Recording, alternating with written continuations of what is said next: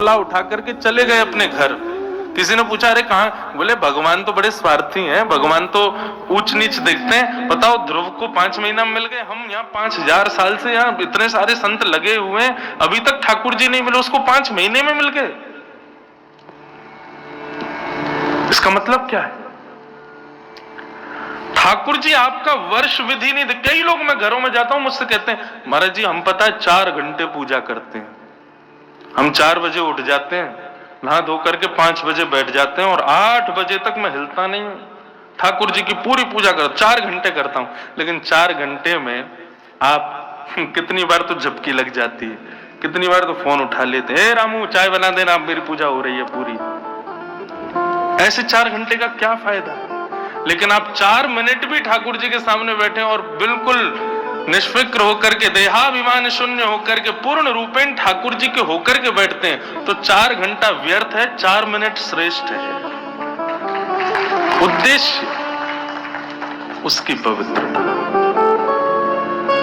बदलने को एक क्षण भी बहुत है और ना बदलने को एक जन्म भी कम पड़ जाएगा।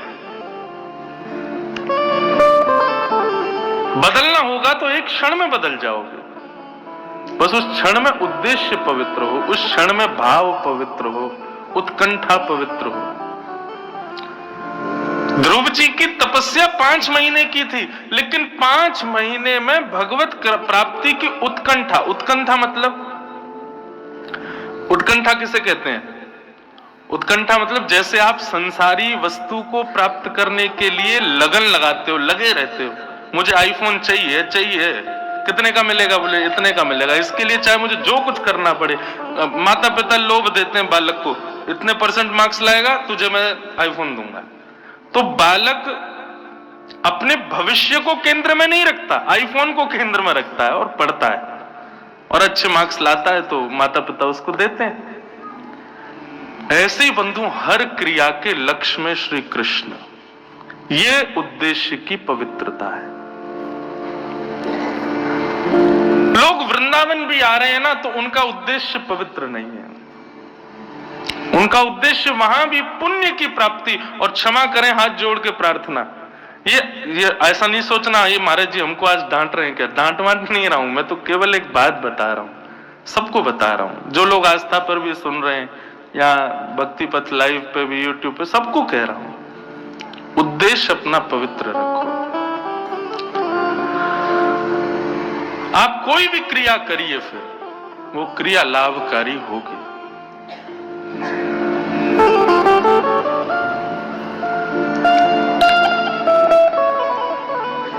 5000 वर्ष की तपस्या से ठाकुर जी नहीं मिले, 5 महीने की तपस्या में ठाकुर जी प्रकट हो गए। क्यों? क्योंकि ध्रुव की तपस्या में उत्कंठा बहुत थी, तड़प बहुत थी ठाकुर जी से मिलने की। स्वामी विवेकानंद ने पूज्य श्री रामकृष्ण परमहंस जी से जाकर के कहा मुझे भगवान से मिलाओ। रामकृष्ण परमहंस बोले 100 माला करके आओ, भगवान मिलेंगे। स्वामी विवेकानंद जल्दी जल्दी 100 माला करके आ गए। बोले गुरुजी 100 माला हो गई, भगवान नहीं मिले मुझे। बोले 1000 माला करो फिर मिलेंगे। 1000 माला जल्दी जल्दी कर दी, बोले भगवान नहीं मिले।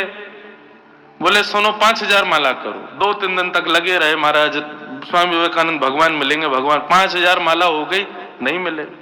गुरुजी आप बता नहीं रहे भगवान कैसे मिलेंगे। रामकृष्ण परमहंस लेकर के गए गंगा के तट पर और कहा वस्त्र उतारो, डुबकी लगाओ। बोले क्यों? बोले भगवान से मिलवाता हूं तुमको। जैसे डुबकी लगाई तो विवेकानंद जी का सर डुबो दिया रामकृष्ण परमहंस ने। जैसे ही सर डुबोया तो छटपटाने लगे, व्याकुल हो गए। थोड़ी देर में जब हाथ हटाया तो बाहर आए, श्वास लेने लगे, पानी वानी पी गए थे, खांसने लगे। बोले गुरुजी आपने क्या किया? मेरा सर क्यों डुबा दिया आपने? आपको पता मुझे श्वास नहीं आ रही थी, मैं मरने वाला था, थोड़ी देर आप हाथ नहीं हटाते मेरे प्राण निकल जाते। रामकृष्ण परमहंस बोले तुम क्यों छटपटा रहे थे भीतर, किस चीज की कमी लग रही थी? बोले श्वास की कमी लग रही थी। बोले ऐसी छटपटाहट जब कृष्ण की प्राप्ति के लिए होगी तब ठाकुर जी मिलेंगे। जैसी छटपटाहट तुमको वायु के लिए खोलने की, फेसबुक चलाने की, फोटो खिंचाने की, अरे कुछ नहीं करना, ये छटपटाहट हमारे अंदर है, लेकिन है किसके लिए? सांसारिक भावों के लिए। वही छटपटाहट, वही व्याकुलता, वही स्थिति यदि ठाकुर जी के लिए हो जाए तो उद्देश्य पवित्र है। यहां पर बैठे आप सब में अधिकतर, ठीक है सबका होगा भाव, लेकिन किसी का यह भाव नहीं होगा कि 6 दिन के इस भागवत के प्रसंग में मुझे ठाकुर जी के प्रत्यक्ष दर्शन हो जाएं। ऐसे भाव से कोई बैठा है? नहीं बैठे तो अब बैठो। वृंदावन है भैया, यहां आप कथा सुनने आ गए हो, ये बहुत बड़ी श्री जी की कृपा है आपके ऊपर। मैं भी सुना रहा हूं, ये भी मेरे, हम कथा वक्ता जरूर हैं, लेकिन वृंदावन में ही कथा नहीं कह पाते, सब जगह कहते हैं। तो वृंदावन में कहने का अवसर मिल रहा है तो मुझ पर भी कृपा है श्री जी की, आप पर भी कृपा है कि आप बैठे हो। बस अपना उद्देश्य पवित्र कर लो कि हम कथा सुने और जब जाएं यहां से, कभी निधिवन जाएं, सेवा कुंज जाएं, बिहारी जी जाएं, राधा वल्लभ, राधा रमण जाएं, जहां भी जाएं, कभी ऐसी कृपा हो, छटपटाहट ऐसी रहे कि अब जो आगे गली आएगी उसमें मुड़ते ही हमको कहीं श्याम सुंदर दिख जाए। अब हम जैसे आगे जाएंगे तो वहां हमको कहीं ठाकुर जी के दर्शन हो जाएं। अब जैसे हम ये रिक्शा से उतरे तो वहां श्री जी की कोई झलक दिख जाए। ऐसी छटपटाहट, ऐसी उत्कंठा हृदय में होनी चाहिए वृंदावन आए हो तो।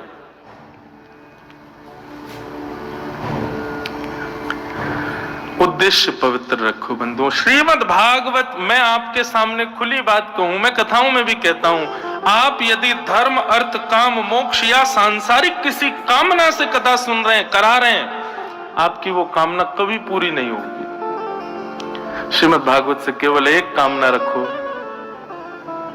और वो क्या है? इस त्रिभंग ललित श्याम सुंदर हमें प्राप्त हो जाए, बस और कुछ नहीं चाहिए। निश्चित मानिएगा, हमारी बात पर विश्वास कर लीजिएगा, अन्य भाव आपके पूर्ण नहीं होंगे, लेकिन ठाकुर जी की प्राप्ति के लिए आपने एक कथा भी यदि श्रवण की तत्परता से, तो 7 दिन के अंदर ठाकुर जी की एक झांकी कहीं ना कहीं दिख जरूर जाएगी। और बता दें कैसे दिखेगी। सबसे पहले ठाकुर जी जब मन बनाते हैं किसी से मिलने का तो स्वप्न में आते हैं। सबसे पहले स्वप्न में दर्शन होता है ठाकुर जी का।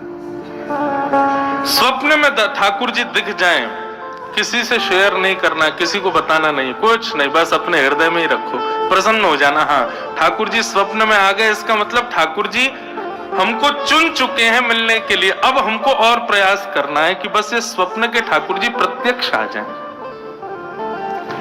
स्वप्न दर्शन के बाद अनुभव होगा, अनुभूति होगी, ऐसा लगेगा कि यहाँ ठाकुर जी हैं, यहाँ ठाकुर जी हैं। कोई पत्थर देखोगे उसकी आकृति में ठाकुर जी, बादल देखोगे तो उसकी आकृति में ठाकुर जी। हम हवाई जहाज में जब बैठते हैं तो खिड़की वाली सीट पे ही बैठता हूँ, तो हमारे पंडित जी बोलते हैं, महाराज जी आप 5000 बार बैठ चुके हो, फिर भी खिड़की पे ही क्यों बैठते हो? मैंने कहा मैं बादलों की आकृति देखता हूँ, कभी कभी ठाकुर जी दिख जाते हैं। उस आकृति में कभी कभी ऐसा लगता है शाम शाम कहीं दिख जाए, इसलिए खिड़की की तरफ बैठता हूं कि आकृतियां वो देखता रहूं। हमारी हर स्थिति, हर भाव ऐसे हो जाए बंधुओं कि नकारात्मकता कहीं ना रहे। घर से निकलते छींकते हैं तो लोग पानी देते, पानी पियो, अशुभ है। नहीं, वैष्णवों के लिए कुछ अशुभ नहीं होता। जिसके चित्त में ठाकुर जी हैं उसके लिए सब चीज भावुक है, सब चीज अच्छी है। मीराबाई ने ब्याह के बाद कभी श्रृंगार नहीं किया, एक दिन श्रृंगार करके आई, परम सुंदर श्रृंगार किया, और उसी दिन उनके पति की मृत्यु हो गई। लोग कहने लगे ये अशुभ है, आज श्रृंगार किया तो आज पति नहीं प्राण त्याग दिए। पर नहीं, वैष्णव की कोई भी क्रिया अशुभ नहीं होती। सांसारिक व्यक्ति की हर क्रिया में भय बना रहता, कुछ गड़बड़ी ना हो जाए, कुछ अशुभ ना हो जाए, कुछ गलत ना हो जाए। वैष्णव की कोई क्रिया गलत नहीं होती, उसकी हर क्रिया में सकारात्मकता होती।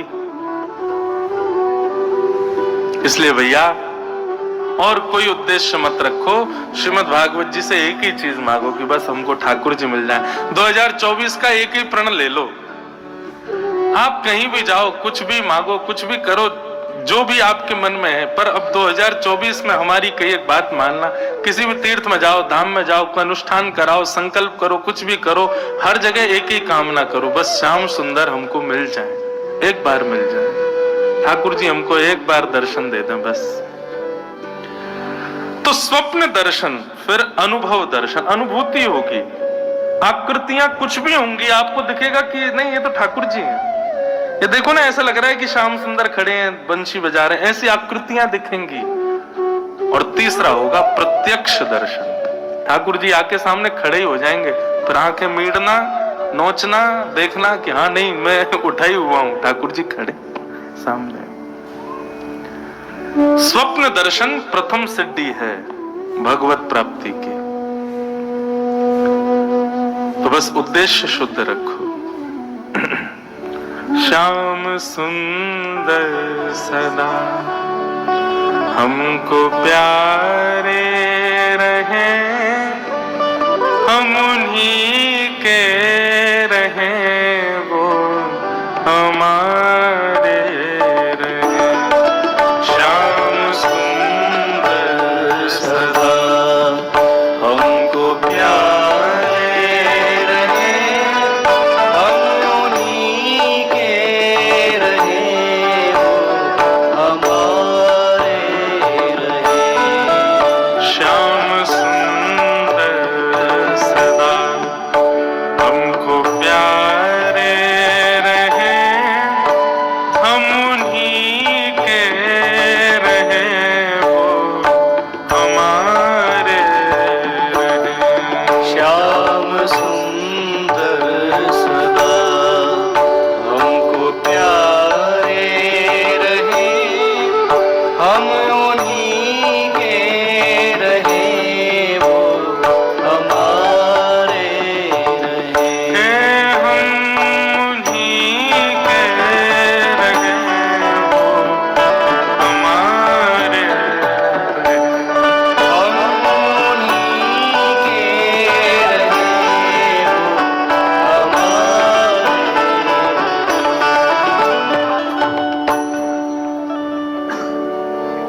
आइए अब भागवत के प्रथम स्कंद में प्रवेश करें। कल हम आप सब लोगों ने महात्म का श्रवण किया। प्रथम स्कंद और प्रथम श्लोक श्रीमद् भागवत का सब लोग ध्यान में, केंद्र में ठाकुर जी को विराजमान करके श्रवण करो। जन्माद्यस्य यतोऽन्वयादितरतः चार्थे स्वविज्ञस्वराट् तेने ब्रह्म हृदय आदि कवये मुह्यन्ति यत्सूरयः। तेजो वारिमृदां यथा विनिमयो यत्र त्रिसर्गो मृषा धाम्ना स्वेन सदा निरस्तकुहकं सत्यं परम धीमहि। श्रीमद् भागवत के प्रथम श्लोक में किसको वंदन किया गया? सत्यम परम धीमहि। जो भी परम सत्य है मैं उसको वंदन करता हूं। यहां पर स्पष्ट नाम क्यों नहीं लिया गया? सीधे भगवान का नाम ले लेते तो एक जो ये विडंबना लोगों के मन में बनी हुई है, शंकर जी बड़े हैं कि भगवान कृष्ण बड़े हैं कि ये बड़े हैं कि वो बड़े हैं, ये जो ऊंच नीच बनी रहती है सबके मन में, ये क्लियरिफाई हो जाती कि हाँ चलो भागवत के प्रथम श्लोक में इनको वंदन है तो ये सबसे बड़े। एक बात कहें बंधुओं, ये बड़ा छोटा ये हम संसारी लोगों की दृष्टि में होता है, देवताओं में, ठाकुर जी में शायद ये भाव कभी नहीं होता होगा। ये हम मानवों के अंदर ही होता है कि ये ऊंचे हैं, ये छोटे हैं, ये बड़े हैं, ये नीचे हैं, ये काले हैं, ये गोरे हैं, ये धनवान है, ये निर्धन है। ठाकुर जी की दृष्टि में तो समत्व भाव होता है, सम। ये दृष्टि हमारी होती है कि हम ऊंच नीच देखते हैं। ठाकुर जी को इससे कोई अभिप्राय नहीं। बहुत सावधानी से सुनो। सत्यम परम धीमहि, यहां पर परम सत्य को वंदन किया गया। सत्यम धीमहि कह देते मैं सत्य को प्रणाम करता हूं, ऐसा भी नहीं। परम क्यों कहा? परम सत्य, परम सत्य कौन है?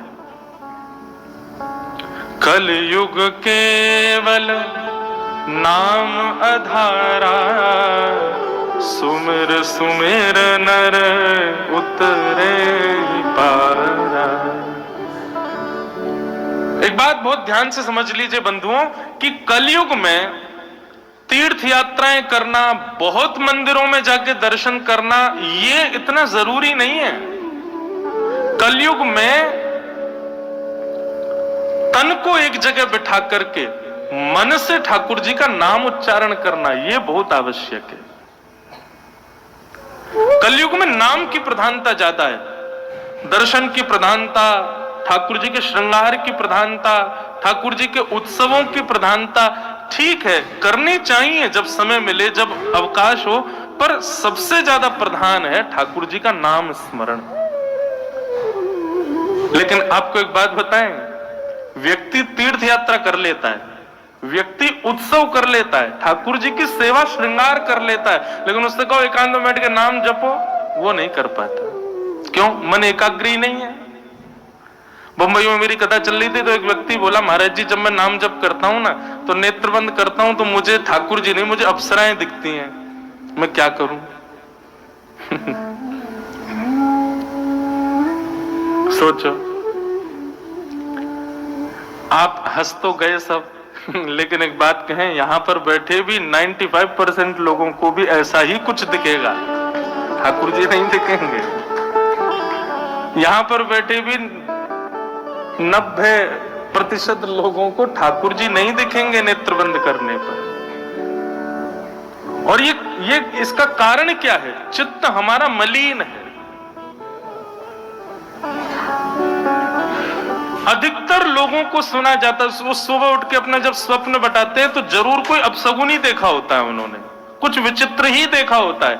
कभी कोई भगवत दर्शन करके प्रसन्न हुआ हो कि मैंने स्वप्न में ठाकुर जी देखे, बहुत अच्छी बात है, बताना ही नहीं वो तो। पर हमारे चित्त में मलिनता है, इसलिए नेत्रबंद करने पर भगवत दर्शन नहीं होता। लेकिन एक बात कहें बंधु, घबराओ मत, होने दो। नेत्र बंद करते हो, नाम जप करते हो, कुछ दूषित दिखता है या जिसका चिंतन करते हो वही दिख रहा है, या फिर धन दिख रहा है, भोजन दिख रहा है, या कुछ भी दिख रहा है, दिखने दो। आप लगे रहो, आप अपना प्रयास करते रहो। आप उस नाम जप को छोड़ो मत, ये बहाने से कि हमें शुद्धता नहीं आ रही है मन में, आप करते रहो, लगे रहो। करत करत अभ्यास के मनमत होत सुजान। अभ्यास में लगे रहो। Practice makes man perfect.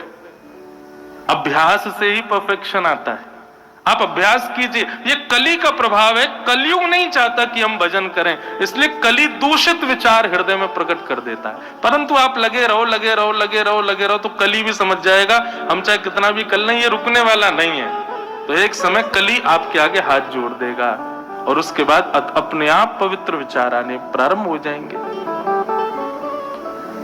और ये होगा ही, सबके साथ होगा। 10 बार, 15 बार, 20 बार ध्यान में अपवित्रता आएगी। उसको पवित्र करने के साधन क्या है? सत्संग। सत्संग का मतलब किसे कहते हैं? सत्संग कोई प्रवचन करे और आप बैठ के सुनो, ये सत्संग है? नहीं। सत्संग के बहुत सारे रूप हैं। सद व्यक्ति का संग सत्संग, सद भोजन का संग सत्संग। आप क्या खाते हैं, क्या पहनते हैं, क्या पीते हैं, किसके संग रहते हैं, कैसी जगह जाते हैं, ये सब सत्संग कहलाता है। मुझसे किसी ने कहा, महाराज जी आप धोती ही क्यों पहनते हैं, बगलबंदी ही क्यों पहनते हैं, तिलक क्यों लगाते हैं? यह रूप धारण करना भी सत्संग है।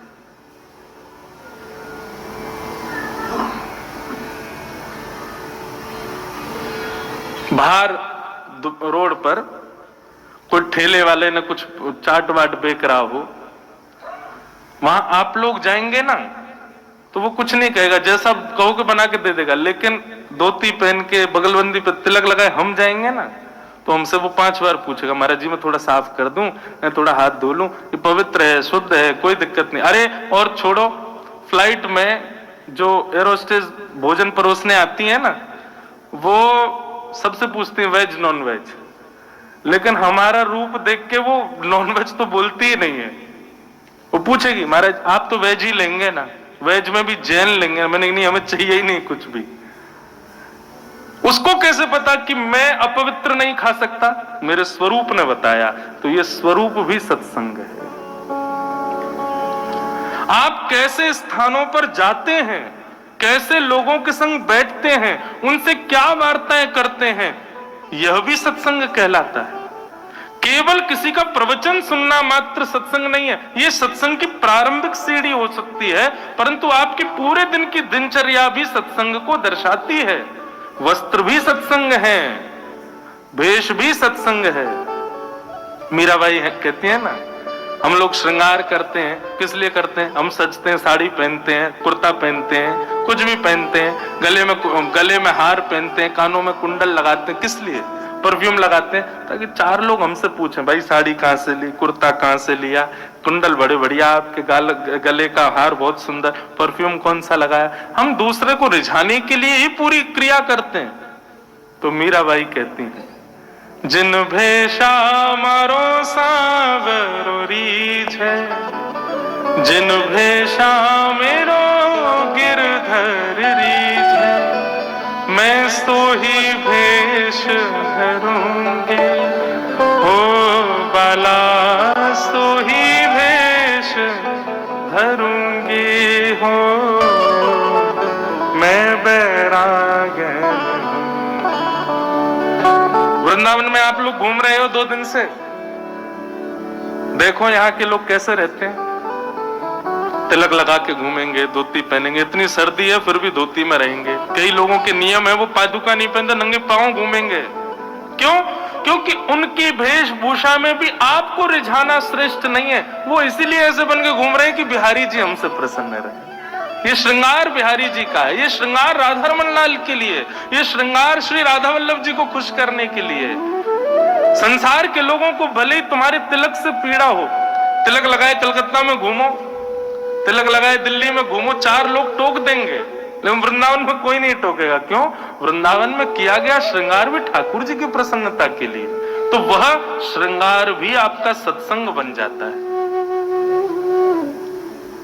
तो मन की शुद्धता यदि चाहिए तो उसके लिए श्रृंगार हो, आहार हो, विचार हो, पहनावा हो, उठना बैठना, सबकी शुद्धता करना बहुत जरूरी है।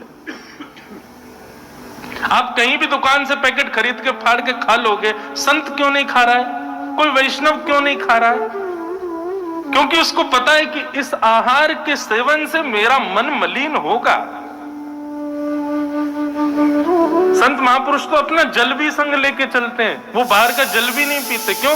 जल पीने, जैसा खाओ अन्न वैसा होवे मन, जैसा होवे मन वैसे होवे विचार, जैसे होवे विचार वैसी होवे क्रिया, जैसी होवे क्रिया वैसी होवे गति। तो सत्संग का मतलब केवल किसी सद व्यक्ति को श्रवण करना ये सत्संग नहीं है, अपने आचार विचार को भी शुद्ध करना ये सत्संग है। ये सब सत्संग है। और ये जब क्रिया में आएगा, आपके आचार विचार, पहनाव उड़ाव, खान पान, ये सब शुद्ध होते चले जाएंगे। फिर लगाना आप नेत्र बंद करना, कोई अप्सरा नहीं दिखेगी। फिर तो त्रिभंग ललित श्याम सुंदरी दिखाई देंगे, फिर तो हमारी किशोरी जी दिखाई देंगे, फिर तो ललिता विशाखा ये सखियां दिखाई देंगे। भगवत रसिक जी का एक पद है, बहुत सुंदर भाव है। हमारो वृंदावन उर ओर, हमारो वृंदावन उर ओर। क्या अर्थ क्या है इसका? श्री भगवत रसिक जी कह रहे हैं कि हमारे लिए प्रकट वृंदावन नहीं है, हमारा वृंदावन तो हमारे चित्त में है, हमारे हृदय में है। बंधुओं, अप्रकट वृंदावन में ये ईट